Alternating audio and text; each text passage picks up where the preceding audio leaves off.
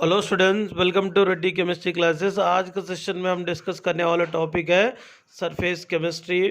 Surface chemistry very important topic है और NEET और जेई के लिए काफ़ी यूज़फुल चैप्टर है, क्योंकि इसमें ज़्यादा कुछ मेहनत करने की ज़रूरत नहीं है। एक बार समझ कर रीड किया तो दिमाग में बैठने वाले चैप्टर है, और ऐसे इजी चैप्टर को नेगलेक्ट ना करें तो बेटर है।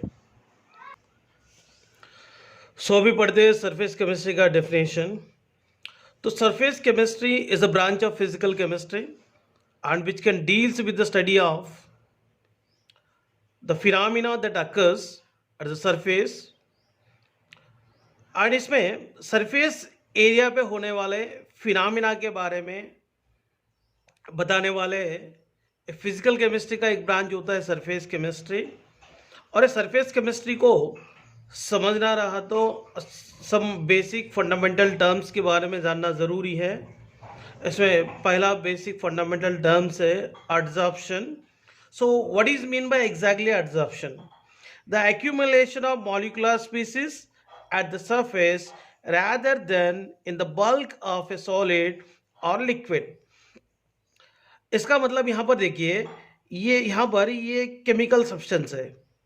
तो ये केमिकल सब्सटेंस की सरफेस एरिया पे मॉलिक्यूलर स्पीसीज एक्यूमुलेट होने वाले प्रोसेस को कहेंगे एडजॉर्प्शन।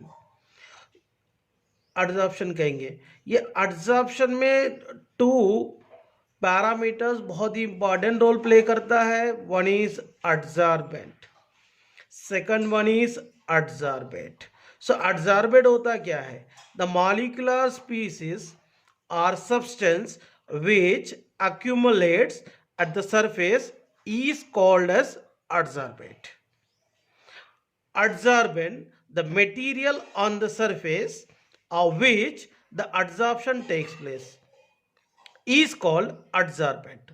तो जिस केमिकल सब्सटेंस और जिस मटेरियल के सरफेस एरिया पे मॉलिक्यूलर स्पीसीज अक्यूमुलेट करता है, सच मटेरियल को और सच केमिकल सब्सटेंस को कहते हैं एडजॉर्बेंट।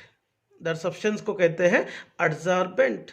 और एडजॉर्बेंट के सरफेस एरिया के ऊपर अक्यूमुलेट होने वाले और कॉन्सेंट्रेट होने वाले मॉलिक्यूलर स्पीसीज को और सब्सटेंसेस को कहते हैं एडजॉर्बेट।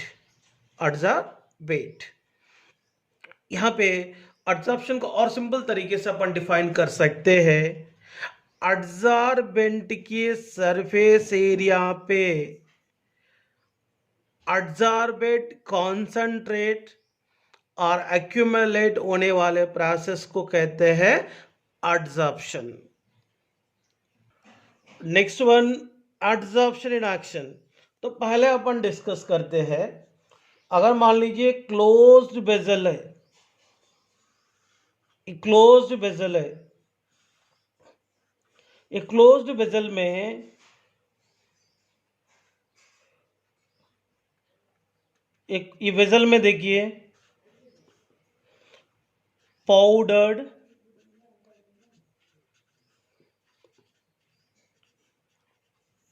चारकोल है, पाउडर्ड चारकोल है। ये पाउडर्ड चारकोल रहने वाले वेसल में O2, CO2, H2 जैसे गैसेस को रखेंगे। मतलब पाउडर्ड चारकोल रहने वाले वेसल में O2, CO2, SO2, H2 जैसे गैसेस को रख के ये वेसल को क्लोज कर देंगे। रखने के बाद क्या होगा, ये पाउडर्ड चारकोल अपनी सरफेस एरिया पे O2, CO2 और H2 जैसे गैसेस को एडजॉर्प्शन करता है। ये एडजॉर्प्शन करने के वजह से गैसेस की क्वांटिटी, यहाँ पर गैसेस की जो वेपर प्रेशर है वो कम होता है। गैसेस का वेपर प्रेशर कम होने का मेन रीज़न है गैसेस को पाउडर चारकोल क्या करा है, एडजॉर्प्शन करा है। इसका मतलब क्लोज्ड वेसल के अंदर गैसेस की वेपर प्रेशर कम करना रहा तो भी एडजॉर्प्शन प्रोसेस काम में आएगा। और यहाँ पर सेकंड एग्जाम्पल अपन डिस्कस करते हैं। सेकंड एग्जाम्पल यहाँ पर डिस्कस करते हैं। मिथिलीन ब्लू जैसे solution of organic die, solution of organic die में एनिमल चारकोल को, किसको, एनिमल चारकोल को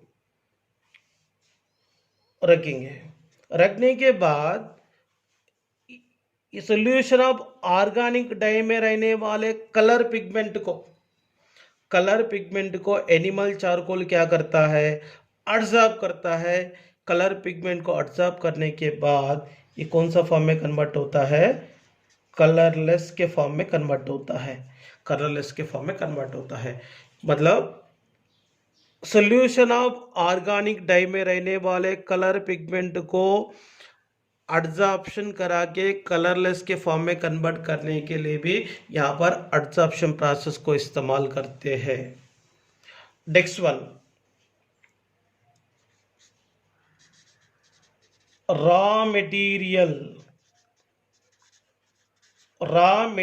ऑफ शुगर सॉल्यूशन को, रॉ मटेरियल ऑफ शुगर को एनिमल चारकोल के ऊपर से पास करेंगे। एनिमल चारकोल के ऊपर पास करने के बाद रॉ मटेरियल ऑफ शुगर में रहने वाले कलर पिगमेंट को एनिमल चारकोल क्या करता है, एब्जॉर्ब करता है। तो रॉ मटेरियल ऑफ शुगर में रहने वाले कलर पिगमेंट को एनिमल चारकोल को इस्तेमाल करके एब्जॉर्प्शन कराने वाले प्रोसेस भी एब्जॉर्प्शन प्रोसेस के लिए बेटर एग्जांपल होता है। नेक्स्ट वन देखिए,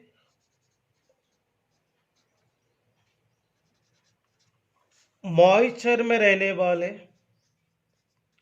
H2O को एब्जॉर्ब करने के लिए सिलिका जेल, किसको इस्तेमाल करते हैं, सिलिका जेल।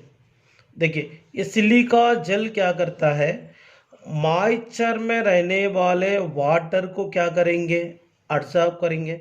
एब्जॉर्ब करने के बाद ये मॉइस्चर कंप्लीटली ड्राई एयर में कन्वर्ट होता है।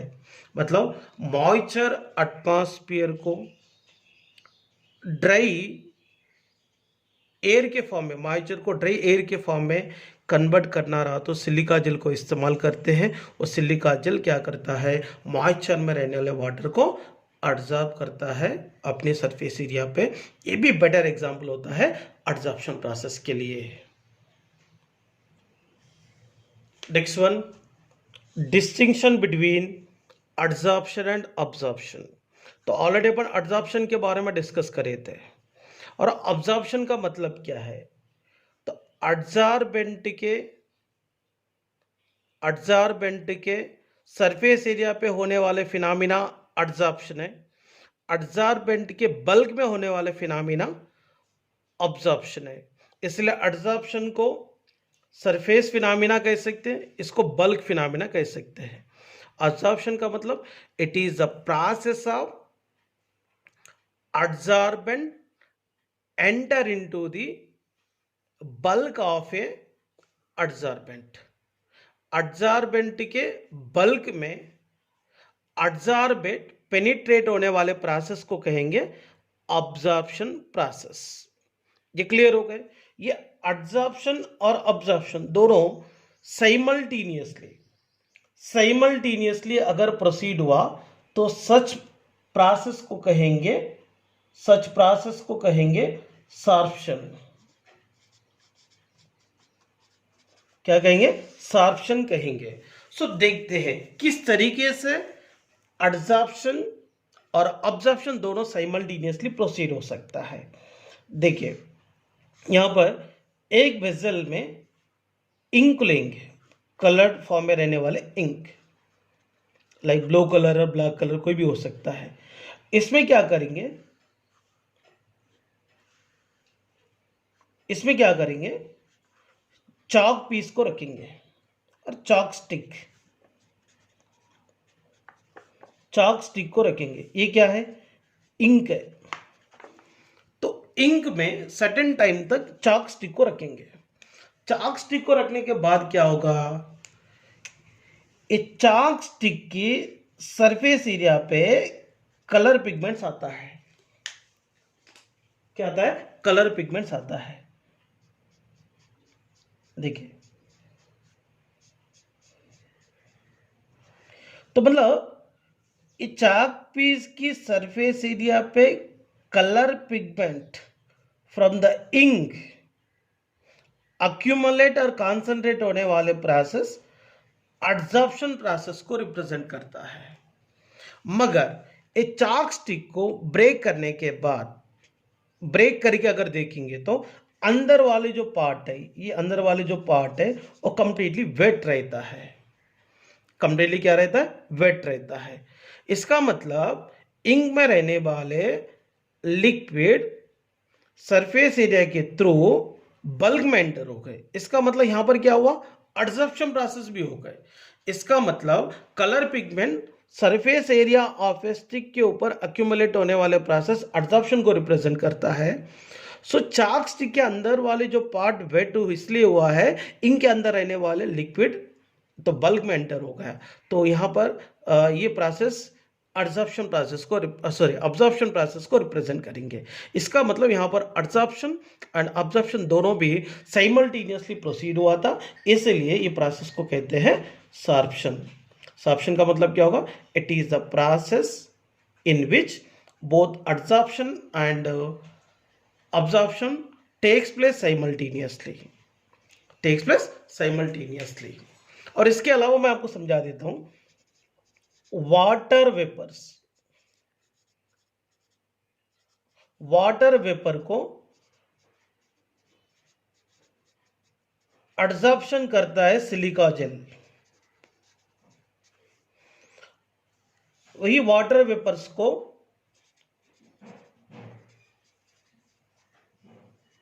अब्जॉर्प्शन करता है एनहाइड्रस Cl2। मतलब वाटर वेपर को सिलिका जेल एडजॉर्प्शन कर रहा है और एनहाइड्रस CaCl2 क्या कर रहा है, अब्जॉर्प्शन कर रहा है। इसका मतलब यहाँ पे एडजॉर्प्शन और अब्जॉर्प्शन दोनों भी प्रोसीड हो रहा है, इसलिए प्रोसेस भी सॉर्प्शन के लिए एग्जांपल माना जाता है। मैकेनिज्म ऑफ एडजॉर्प्शन, ये एडजॉर्प्शन प्रोसेस सरफेस एरिया पे होने का रीजन क्या है और ये एडजॉर्प्शन होता कैसे, अपन मैकेनिज्म के जरिए समझेंगे। यहाँ पर देखिए, एक सॉलिड सब्सटेंस है और कोई सॉलिड मटेरियल है। सॉलिड मटेरियल में एन नंबर ऑफ स्पीसीज रहते, पार्टिकल्स होते हैं। इसमें देखिए, ये बल्क में रहने वाला पार्टिकल है, बल्क में रहने वाला पार्टिकल है। ये बल्क में रहने वाले पार्टिकल को, बल्क में रहने वाला पार्टिकल को सारे डायरेक्शन में, सारे डायरेक्शन में सेम फोर्स काम करता है।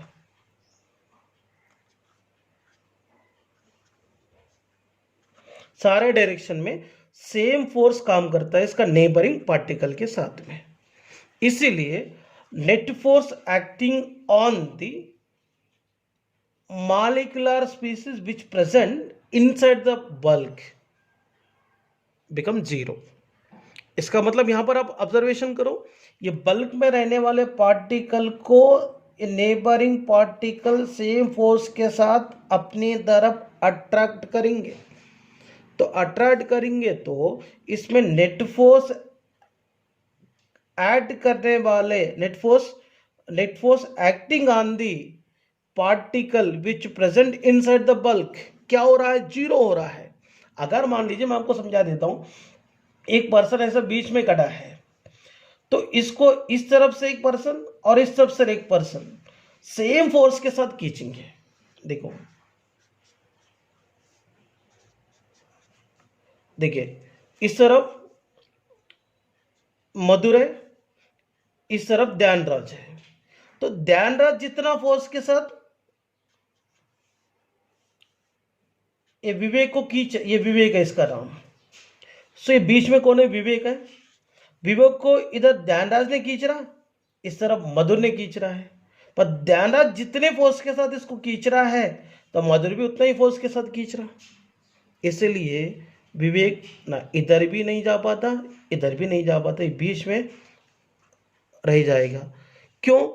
तो ध्यानराज की तरफ से रहने वाले फोर्स मधुर की तरफ से रहने वाले फोर्स सेम है, इसलिए net force acting on the विवेक क्या होगा? जीरो हो जाएगा। इसीलिए मैं ये बोलना चाह रहा हूँ, बल्क में रहने वाले पार्टिकल को सारे डायरेक्शन में सेम फोर्स काम करता है, इसलिए नेट फोर्स इसके ऊपर जीरो रहता है।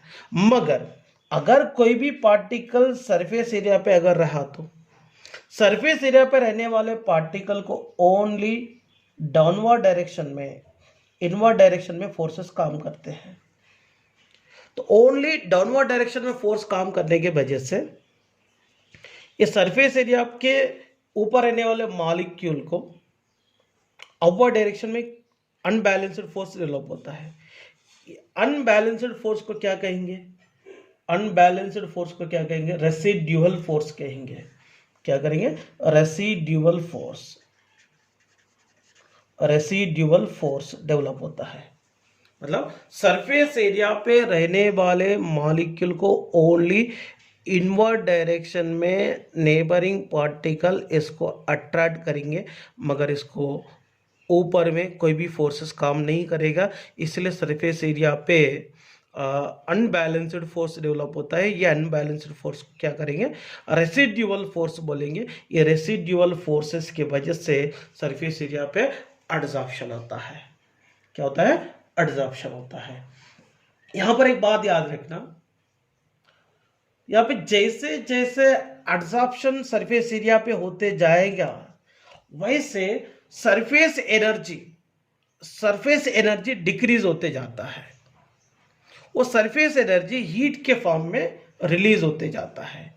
इसका मतलब समझने का, यहाँ पर होने वाले सरफेस एरिया के ऊपर होने वाले एडसॉर्प्शन प्रोसेस जो भी है तो एक्सोथर्मिक प्रोसेस है। कौन सी प्रोसेस है? एक्सोथर्मिक प्रोसेस है। ये एक्सोथर्मिक प्रोसेस में क्या हो रहा है? हीट रिलीज हो रहा है। क्या हो रहा है? हीट रिलीज हो रहा है। क्योंकि यहां पर एक बात समझने का, तो सरफेस एरिया पे डेवलप होने वाले unbalanced forces like residual forces adsorption process के लिए रिस्पॉन्सिबल है। तो जैसे यहां पे ये एडसॉर्बेंट के सरफेस एरिया पे किसी भी एडसॉर्बेंट आकर एडसॉर्प्शन प्रोसेस करने के समय ये सरफेस एनर्जी को डिक्रीज करते जाता है। तो जैसे जैसे सरफेस एनर्जी यहाँ पे डिक्रीज हो रहा, मतलब समझने का, ये सरफेस एनर्जी हीट के फॉर्म में बाहर रिलीज हो रहा। ये हीट को रिलीज करने वाले प्रोसेस को कहलाते हैं एक्सोथर्मिक प्रोसेस। तो इसका मतलब क्लियर कट समझ में आया अपने को, डेल्टा एच नेगेटिव है। और एक बात है, सपोज यहाँ पे कोई भी गैस, या मान लीजिए एडसॉर्बेंट गैस है, ये गैस अगर जैसे जैसे तो एडसॉर्बेंट के सरफेस एरिया के ऊपर एडसॉर्प्शन हो रहा है, तो एडसॉर्प्शन होने की वजह से गैस की जो रैंडमनेस है वो कम हो रही है। तो गैस की रैंडमनेस क्या हो रही है? कम हो रही है। अगर मान लो मैंने एक क्लोज्ड वेसल मान लीजिए, एक क्लोज्ड वेसल में सर्टेन अमाउंट ऑफ गैस लिए अपन, तो गैस को क्या कर रहा है? ये एडसॉर्प्शन करते जा रहा है। एडसॉर्प्शन करते जा रहा मतलब वो गैस जाकर इसके ऊपर अक्यूमुलेट होते जा रहा, अक्यूमुलेट होते जा रहा मतलब यहाँ पे क्या हो गए? तो गैस और एक्यूमुलेट होते जा रहा मतलब क्या हो गए? तो यहाँ पे रैंडमली मूव करने वाला गैस की जो क्वांटिटी क्या होते जा रहा है? कम होते जा रहा। इसका मतलब यहाँ पे रैंडमनेस ऑफ द गैस क्या हो रहा? डिक्रीज हो रहा। Randomness of A gas decrease हो रहा बोले तो यहाँ पर चेंज इन एंट्रोपी मतलब डेल्टा एस, इसका वैल्यू भी डिक्रीज होते जा रहा है। इसका मतलब डेल्टा एस नेगेटिव है। तो मतलब ड्यूरिंग द एडसॉर्प्शन प्रोसेस यहाँ पर डेल्टा एच नेगेटिव हो गए और डेल्टा एस भी नेगेटिव हो गए। अगर ये एडसॉर्प्शन प्रोसेस स्पॉन्टेनियस होना है, स्पॉन्टेनियस मतलब ये फिजिबल होना रहा, तो यहाँ पे delta G is equal to negative होना चाहिए। डेल्टा जी मतलब क्या है, change in enthalpy. Delta G मतलब क्या है, change in sorry change in free energy, free energy sorry change in free energy. तो चेंज इन फ्री एनर्जी का वैल्यू नेगेटिव होना चाहिए। Actually change in free energy का फॉर्मूला क्या है, delta G is equal to delta H minus T delta S. अगर यहाँ पर डेल्टा जी का वैल्यू नेगेटिव हुआ तो ही ये जो प्रोसेस है स्पॉन्टेनियस होता है। ये प्रोसेस अगर स्पॉन्टेनियस होंगे तो यहाँ पे एडजॉर्प्शन प्रोसेस की फिजिबल होगा। सो यहाँ पर ये डेल्टा जी नेगेटिव होने के लिए यहाँ पर एक पर्टिकुलर कंडीशन को फॉलो करना पड़ता है। पर्टिकुलर कंडीशन को जब फॉलो करेंगे तब ये प्रोसेस स्पॉन्टेनियस में बनने के चांसेस है। तो स्पॉन्टेनियस अगर बनना रहा तो यहाँ पर मान लीजिए ये जो माइनस टी डेल्टा एस की वैल्यू, ये माइनस टी डेल्टा एस की वैल्यू सब मान लीजिए अगर -10 है और डेल्टा एस के वैल्यू 8 है। जब क्या आएंगे वैल्यू, फॉर एग्जाम्पल मैं समझा रहा हूँ आपको, -2 आ रहा है, इसका मतलब ये डेल्टा जी नेगेटिव होने के लिए यहाँ पे इसकी वैल्यू सुटेबल होना चाहिए और सुटेबल वैल्यू के अनुसार अपन डिटरमाइन कर सकते हैं डेल्टा जी को।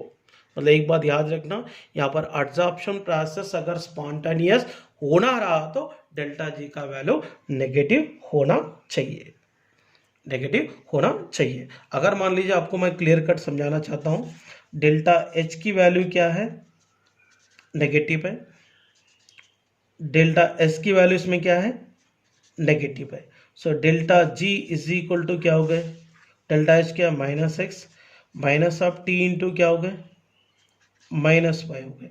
ये माइनस इंटू माइनस क्या होगा, प्लस होगा, -x यहाँ पर प्लस टी इंटू वाई। अगर मान लो या डेल्टा जी नेगेटिव में अगर लाना है तो डेल्टा एच का वैल्यू मोर नेगेटिव होना चाहिए और ये टी वाई वैल्यू के कंपैरिजन में, जब ये प्रोसेस क्या हो सकता है, स्पॉन्टेनियस में कन्वर्ट हो सकता है। इसलिए मैंने कंडीशन के अनुसार डेल्टा जी वैल्यू डिपेंड करता बोल के बताया था। So this is the information regarding the mechanism of adsorption process. Next topic is types of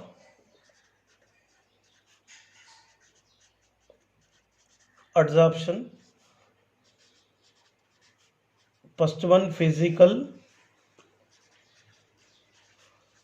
adsorption है, इसका और एक नाम है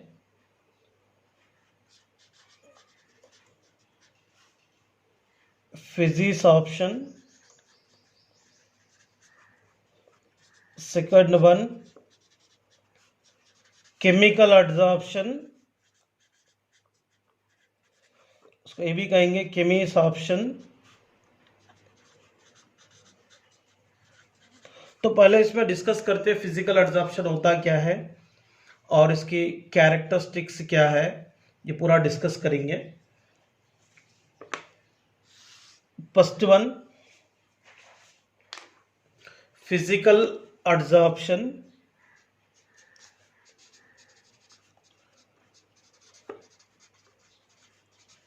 फिजिकल एडजॉर्प्शन का और एक नेम है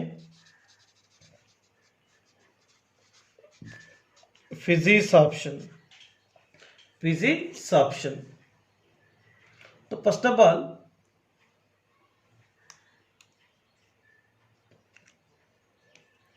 अगर मान लीजिए यहां पर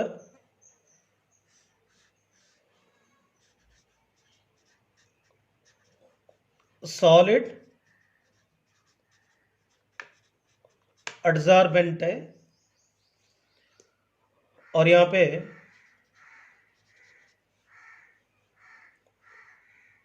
ये गैस कौन है, एडजॉर्बेट है। सो सॉलिड यहां पर एडजॉर्बेंट हो गए क्योंकि ये सरफेस एरिया को प्रोवाइड करेगा। यहां पर एडजॉर्बेंट लाइक सॉलिड की सरफेस एरिया पे गैस लाइक एडजॉर्बेट अक्यूमुलेट और कॉन्सेंट्रेट होने के बाद एडजॉर्बेंट और एडजॉर्बेट के बीच में universal forces like van der Waal forces develop हुआ, तो सच टाइप ऑफ एड्जॉर्प्शन को कहते हैं फिजिकल एड्जॉर्प्शन और फिजिसॉर्प्शन। तो जिस एड्जॉर्प्शन प्रोसेस में एड्जॉर्बेट एंड एड्जॉर्बेंट के बीच में वांडरवाल फोर्सेस रहता है, सच एड्जॉर्प्शन प्रोसेस को कहलाते हैं फिजिकल एड्जॉर्प्शन और फिजिसॉर्प्शन। और इसका इंपॉर्टेंट कैरेक्टरिस्टिक्स होता क्या है? First one, lack of specificity. Lack of specificity इसका मतलब एड्जॉर्बेट एड्जॉर्बेंट के बीच में फिजिकल एड्जॉर्प्शन और फिजिसॉर्प्शन होने के लिए कोई पर्टिकुलर रिक्वायरमेंट की गरज नहीं है। इसका मतलब यहां पर सॉलिड एड्जॉर्बेंट के सरफेस एरिया पे पर्टिकुलर गैस आकर एड्जॉर्प्शन करने की गरज नहीं है। कोई भी गैस आकर एड्जॉर्बेंट के सरफेस एरिया पे फिजिसॉर्प्शन शो कर सकता है। इसका मतलब इसके लिए कोई लैक ऑफ स्पेसिफिसिटी की गरज नहीं है। अगर मान लीजिए अगर अपने को जेईई एग्जाम देना है, नीट एग्जाम देना रहा, तो पर्टिकुलर सब्जेक्ट पर्टिकुलर क्राइटेरिया की गरज पड़ता है। वैसे यहाँ पर एड्जॉर्बेट और एड्जॉर्बेंट के बीच में होने वाले फिजिकल एड्जॉर्प्शन के लिए कोई भी स्पेसिफिक रिक्वायरमेंट कंडीशन की गरज नहीं है। Next one, nature of adsorbate. Second one, nature of adsorbate. Nature of adsorbate, the amount of gas adsorbed by a solid.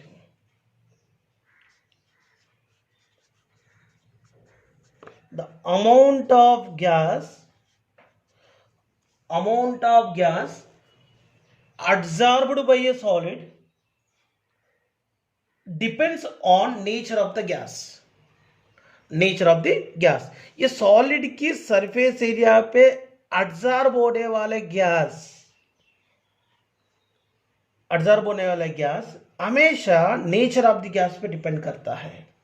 तो in general easily liquefiable gases, that is with higher critical temperatures, or readily adsorbed as van der Waals forces are stronger near the critical temperature. इसका मतलब यहां पर क्या होगा, मतलब easily liquefiable character, easily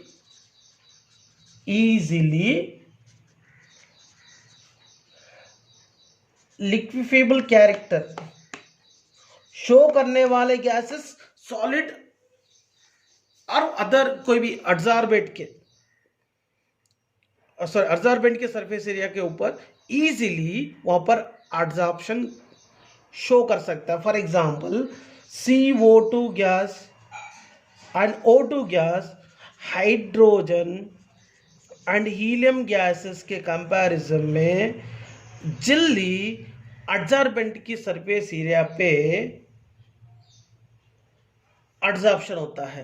इसका मतलब इजीली लिक्विफिकेबल कैपेसिटी रहने वाले गैसेस तो एड्जॉर्बेंट की सरफेस एरिया पे जाकर एड्जॉर्प्शन करता है। ये नेचर पे डिपेंड कर रहा है। नेक्स्ट वन, पर एक बात याद रखना, यहां पे मैं आपको एक एग्जांपल समझाना चाहता हूं। SO2 का क्रिटिकल टेम्परेचर, SO2 का क्रिटिकल टेम्परेचर है 630 केल्विन, 630 केल्विन। CH4 का क्रिटिकल टेम्परेचर है 190 केल्विन, 190 केल्विन, 190 केल्विन। अगर इसमें अगर देखेंगे तो यहां पर 1 ग्राम ऑफ 1 ग्राम ऑफ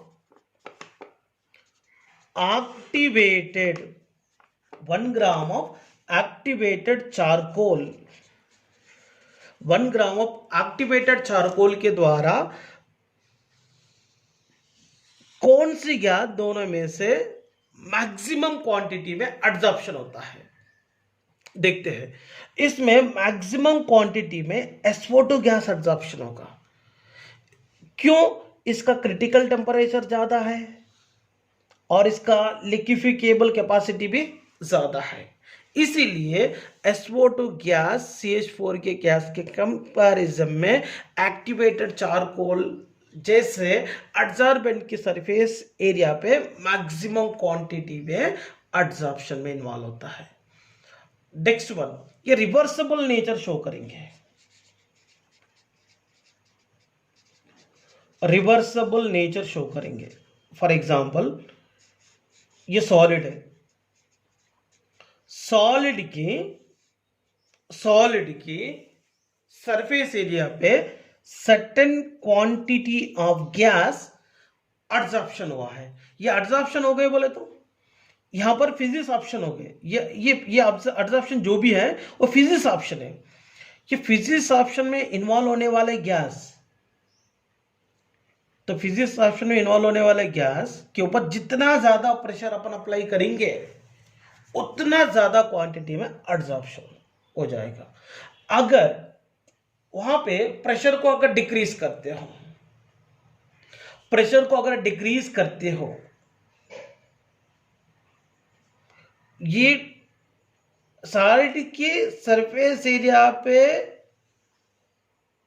रहने वाले एब्जॉर्ब्ड गैस क्या होता है, वो रिमूव होता है, रिमूव होता है। इसका मतलब यहां पे पहला गैस सॉलिड की सरफेस एरिया पे एब्जॉर्प्शन हुआ है प्रेशर को अप्लाई करने के बाद। अगर प्रेशर को कम करने के बाद अब्जॉर्ब्ड गैस क्या हो रहा, सॉलिड के सरफेस एरिया से रिमूव हो रहा है। मतलब वहां पे पहला एब्जॉर्प्शन हुआ, सेकंड टाइम डिसॉर्प्शन हुआ है। मतलब molecular species from the surface area remove होने वाले प्रोसेस डिसॉर्प्शन को रेस्पॉन्सिबल करता है। यहां पर यह बात समझने का है। नेक्स्ट वन, एक बात समझने का, सॉलिड सरफेस एरिया पे गैसेस जब एब्जॉर्प्शन होता है, वो एब्जॉर्प्शन होने के समय ये हीट को रिलीज करता है। हीट को रिलीज करता मतलब एक्सोथर्मिक प्रोसेस है, एक्सोथर्मिक प्रोसेस है। और ये फिजिक्स को अगर बढ़ाना है तो यहां पर टेम्परेचर को डिक्रीज करना है। तो मतलब ये lower temperature is more favourable for physics option. Next one, another important factor is surface area. Surface area of adsorbent, ये एडजॉर्बेंट की जितना ज्यादा सरफेस एरिया होता है उतना ज्यादा क्वांटिटी में वहां पर गैस जाकर एब्जॉर्प्शन होने के चांसेस है। इसीलिए सरफेस एरिया ऑफ एब्जॉर्बेंट अगर इंक्रीज करेंगे तो यहां पे एब्जॉर्प्शन प्रोसेस भी इंक्रीज होता है। इसीलिए मतलब लार्ज सरफेस एरिया रहने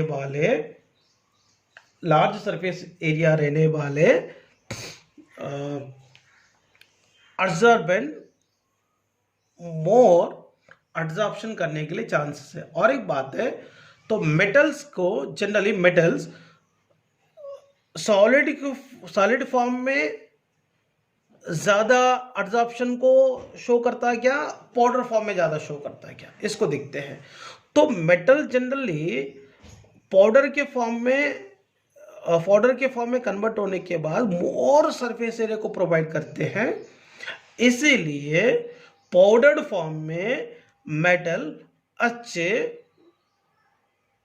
एडजॉर्बेंट जैसे काम करते हैं, गुड एडजॉर्बेंट जैसे काम करते हैं, इसलिए पाउडर्ड फॉर्म में मोर अमाउंट ऑफ गैस को एब्जॉर्प्शन करने के चांसेस है, क्योंकि वहां पे सरफेस एरिया बढ़ता है इसलिए। Next one, enthalpy of absorption.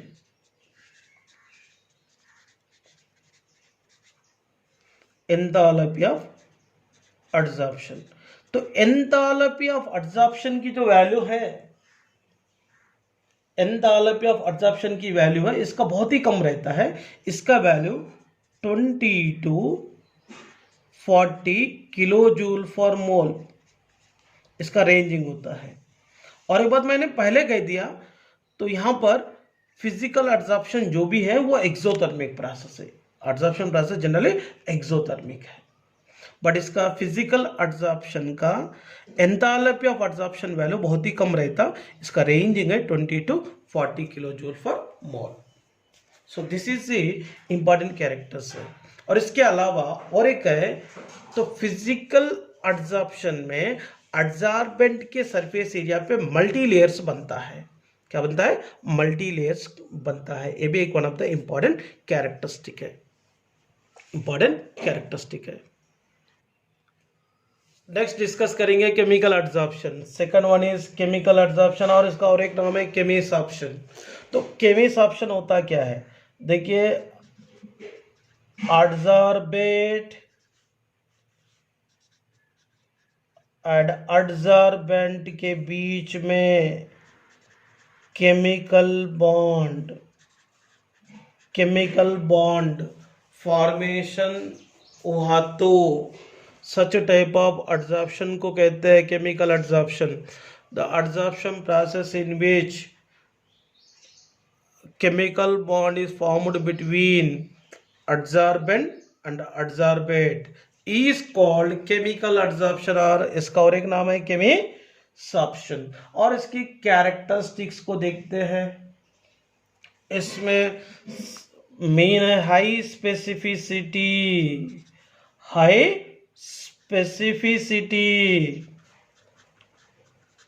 तो हाई स्पेसिफिसिटी, अगर केमिकल एड्जॉर्प्शन होना रहा तो एड्जॉर्बेट और एड्जॉर्बेंट के बीच में केमिकल बॉन्ड बनना जरूरी है। तो अगर मान लीजिए मेटल है, तो जिस मेटल ने ऑक्सीजन के साथ मेटल ऑक्साइड को बनाते हैं, वही मेटल के सरफेस एरिया पे जाकर ऑक्सीजन एड्जॉर्प्शन होगा, मतलब सुटेबल मेटल के साथ ही ऑक्सीजन केमिसॉर्प्शन शो करता है। Next one, transition metals. तो ट्रांजिशन मेटल के सरफेस एरिया पे हाइड्रोजन एड्जॉर्प्शन में इन्वॉल्व होके इंटरस्टिशियल हाइड्रेट को फॉर्मेशन करता है। इसलिए ट्रांजिशन मेटल्स हाइड्रोजन को एड्जॉर्प्शन करके हाइड्रेट को फॉर्मेशन करता है। इसका मतलब पर्टिकुलर मेटल पर्टिकुलर गैस को एड्जॉर्प्शन करके पर्टिकुलर केमिकल बॉन्ड के द्वारा केमिसॉर्प्शन में इन्वॉल्व होता है। इसका मतलब यहाँ पे सुटेबल एड्जॉर्बेंट के साथ ही केमिकल बॉन्ड को बनाता है। Next one, irreversibility.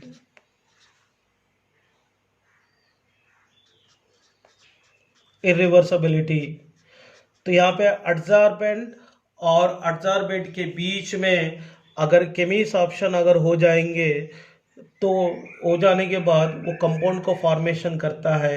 ये कंपाउंड को फॉर्मेशन करने के बाद ये इरिवर्सिबल कैरेक्टर को शो करेंगे। इसका मतलब एड्जॉर्बेंट और एड्जॉर्बेंट के बीच में केमिकल बॉन्डिंग फॉर्मेशन होगा, तो एड्जॉर्बेंट में से एड्जॉर्बेंट बाहर निकलने की चांस ही नहीं है, इसलिए इरिवर्सिबल कैरेक्टर को शो करता है। और एक बात याद रखना, यहाँ पे केमिसॉर्प्शन होना रहा तो यहाँ पर हाई एक्टिवेशन एनर्जी की गरज है। हाई एक्टिवेशन एनर्जी मतलब फिजिकल एब्जॉर्प्शन के लिए कोई एक्टिवेशन एनर्जी कोई इंपॉर्टेंट रोल प्ले नहीं करता है, बट केमिकल एब्जॉर्प्शन में activation energy important role play करेंगे। हाई एक्टिवेशन एनर्जी रहने वाले एड्सॉर्बेंट जाकर एड्सॉर्बेंट के ऊपर केमिसॉर्प्शन बनने के लिए चांसेस है। यहाँ पे हाई एक्टिवेशन एनर्जी मतलब हाई एक्टिवेशन एनर्जी चाहिए, इसका मतलब activation energy of the molecular species अगर बढ़ाना है तो कंपलसरी टेम्परेचर को बढ़ाना पड़ता है। इसका मतलब केमिसॉर्प्शन के लिए हाई टेम्परेचर सुटेबल है। High temperature and high pressure are the suitable condition for the chemisoption। Generally ये पैरामीटर पे थोड़ा ध्यान दीजिए। नेक्स्ट वन सरफेस एरिया, ये भी कॉमन फैक्टर हो गए।